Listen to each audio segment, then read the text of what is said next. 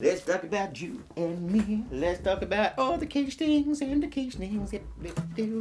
Caged.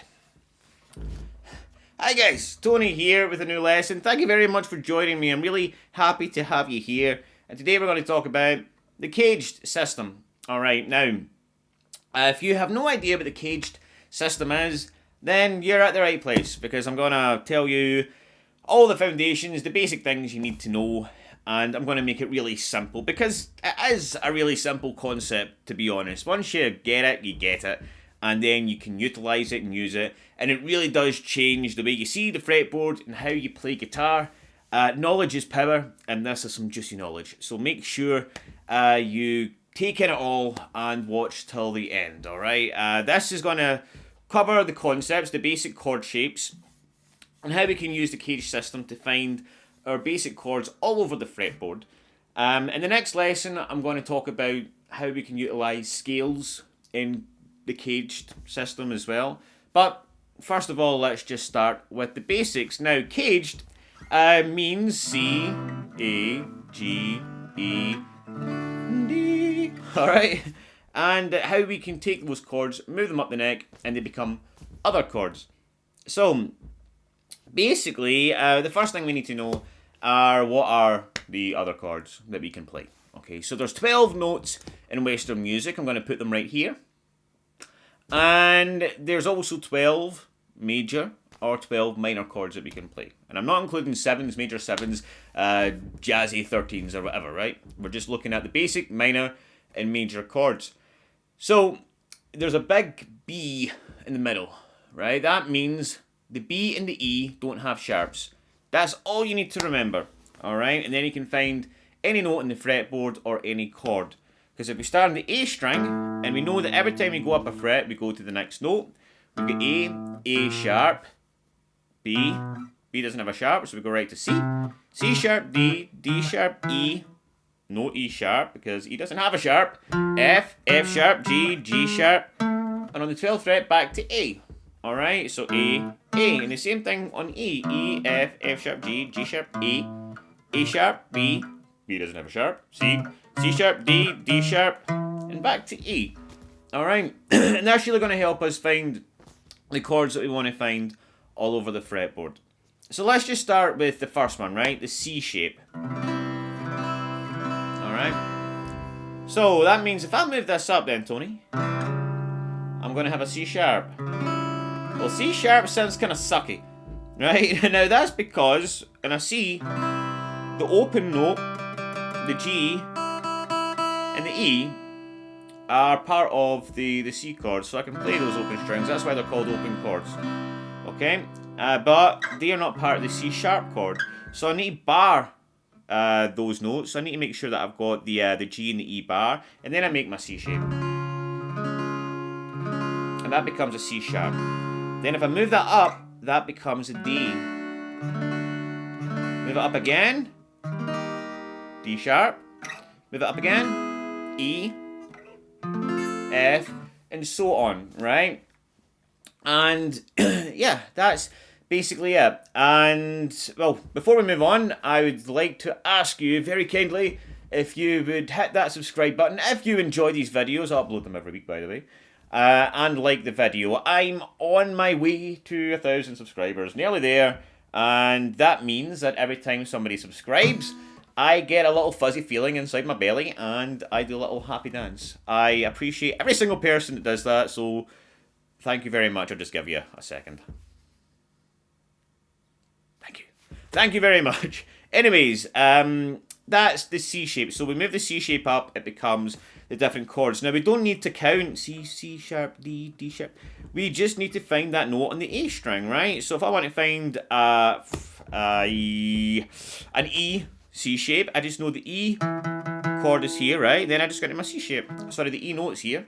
And then from there, using the C shape, I make my E chord. Alright. Now, the same goes for the A chord, okay? So if I've got an A,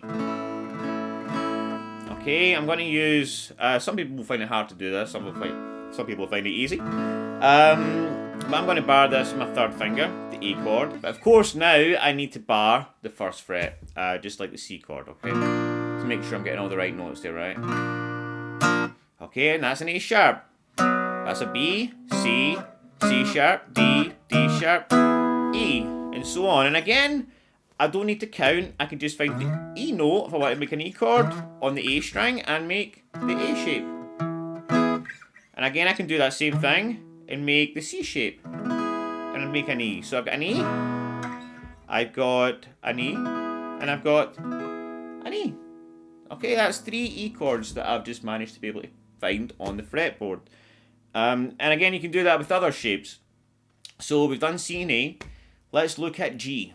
Alright. Now I'll be honest with you, I don't know anybody who really uses the G for CAGED. I think it should really just be CAGED. CAGED. That'd be a better system, the CAGED system. Because, I mean, who's going to play this chord? We need to do like, we would need to do like that. There we go. Yeah. There's different things you can do with that though. It's better for lead purposes.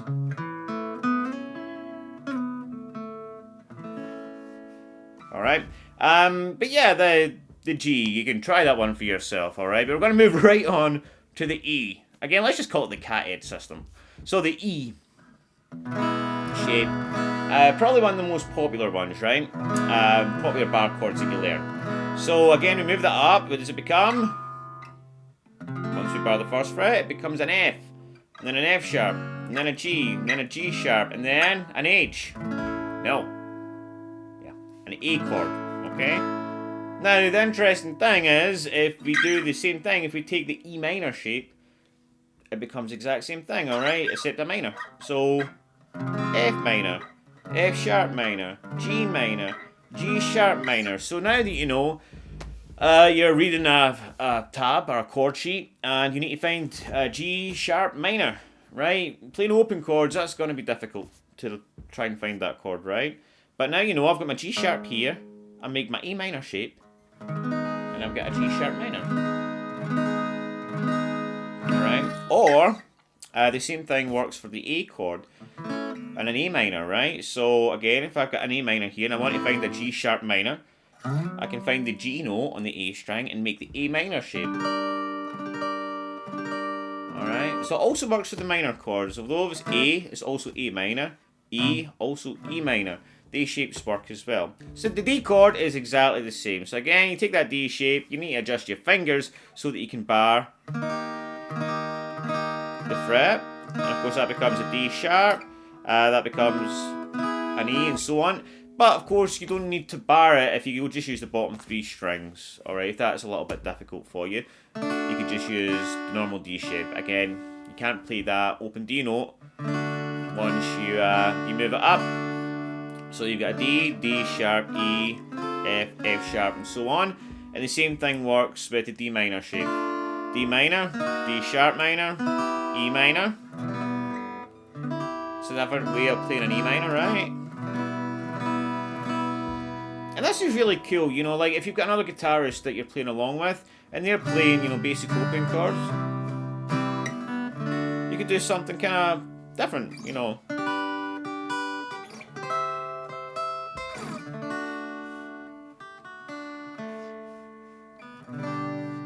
Alright, so yeah, that's the CAGED system. That's the basic foundation of it. You can take these chords and move them around the fretboard, and that is it. The next lesson we're going to be diving in on how we can mix up our scales in the CAGED chord. The next lesson we're going to be looking at how we can relate the scales, the pentatonic scale, the major scale, and the minor scale to the CAGED system, to the chords, and how we can use that to do some funky stuff with our playing. So stay tuned for that. Again, guys, if you enjoyed the video, please make sure you subscribe, you like, all that jazz, and I'll see you soon with a new lesson.